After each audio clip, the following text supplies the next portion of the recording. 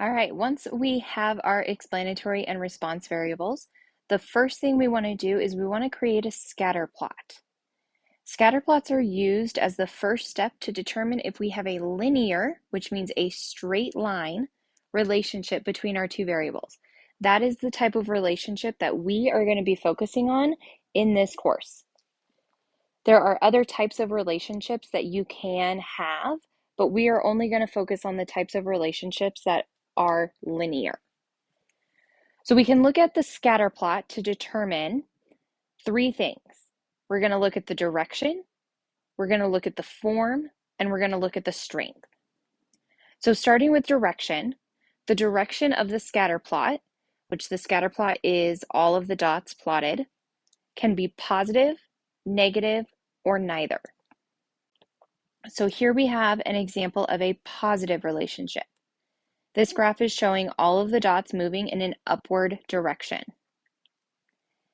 Then we have a negative relationship.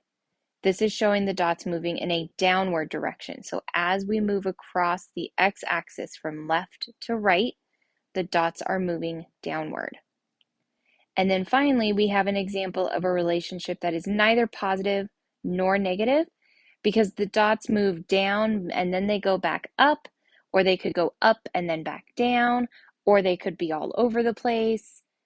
Either way, you could have neither if there's not really a clear direction to the dots.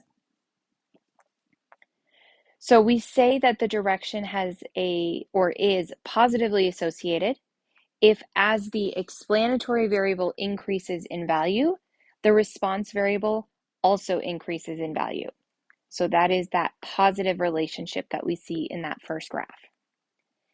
And then we want to say that the relationship is negatively associated if, as the explanatory variable increases, the response variable decreases in value. That's what we were seeing in the second graph. So this is what we're looking for in direction. Are the dots moving upward as x increases, or are they moving downward as x increases? And remember, x is that explanatory variable.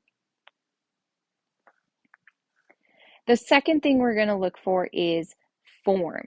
This is talking about the general shape of our relationship.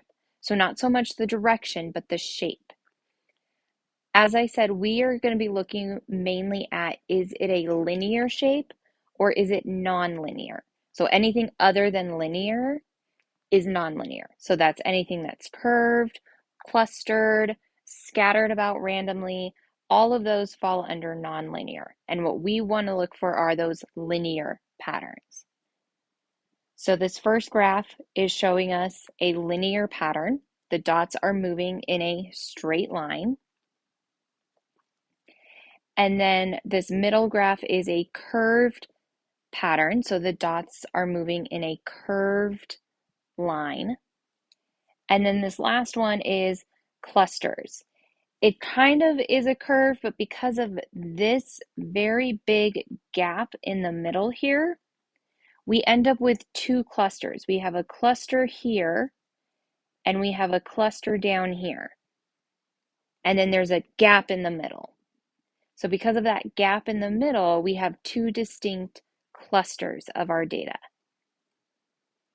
Both the curved and the clusters are not ideal when we're trying to form a linear relationship.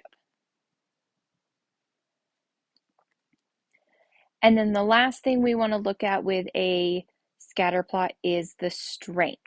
So if it is linear, we're going to be looking at, is it a strong relationship?